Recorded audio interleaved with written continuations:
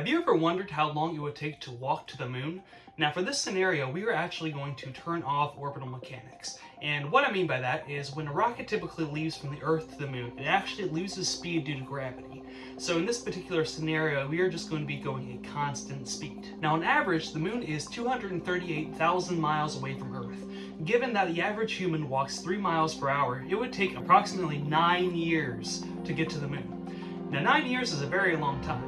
And I don't feel like spending 9 years of my life walking to the moon. So let's speed it up a little bit. What if I were to run to the moon? Now the average human runs around 7 miles per hour, and given that speed, it would actually take us 3.8 years. Now 3.8 years is still a very long time. So what if I decided to get in my car and go 60 miles per hour towards the moon? Now that would actually cut it down to 165 days, which is getting better, but still very, very long time. Now given that my truck really doesn't have enough room for 165 days worth of food, this isn't a viable option. So what if I were to get into a faster car such as the Ferrari F40 going 228 miles per hour? Now this actually cuts us down to about 43 days, which is much more survivable on my part. But you know, I really don't want to take a month and 13 days to get to the moon. Now let's pretend I talked to Boeing and I got permission to use a 747 going 656 miles per hour towards the moon. Now this would actually cut us down to 15 days, which is a lot better. Now what I could do is literally just sit in my pilot seat and put it in autopilot, and it would be a much more comfortable trip.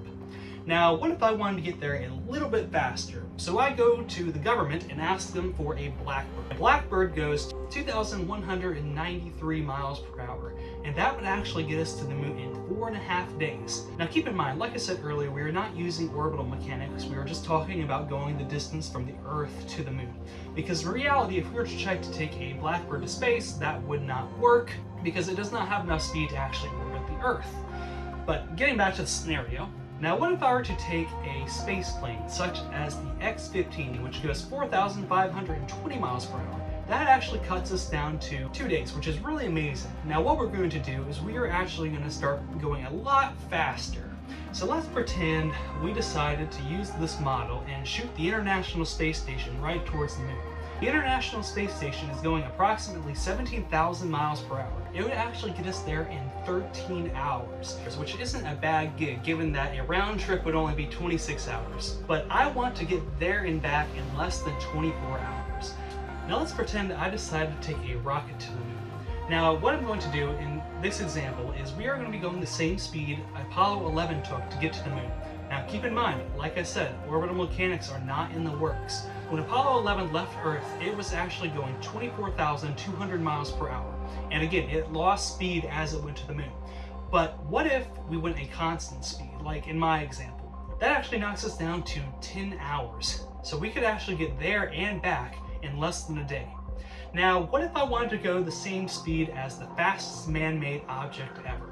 And that is the Parker Solar Probe. Now this probe is actually in orbit around the sun, and it goes a whopping 430,000 miles per hour. Now putting it in our model, it would actually only take 30 minutes to get to the moon. So that means in literally an hour, we could go from the Earth to the moon to the Earth again. Now for these last 3 examples, we are going to pretend that I somehow invented a warp drive.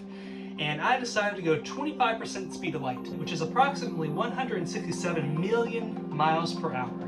Now that would actually get us to the moon in about 5.1 seconds, or a 10.2 round trip. Now let's say I bump up the speed a little bit to 50% of the speed of light, which is approximately 335 million miles per hour. That would actually get us to the moon in 2.56 seconds, which is really crazy just thinking about that.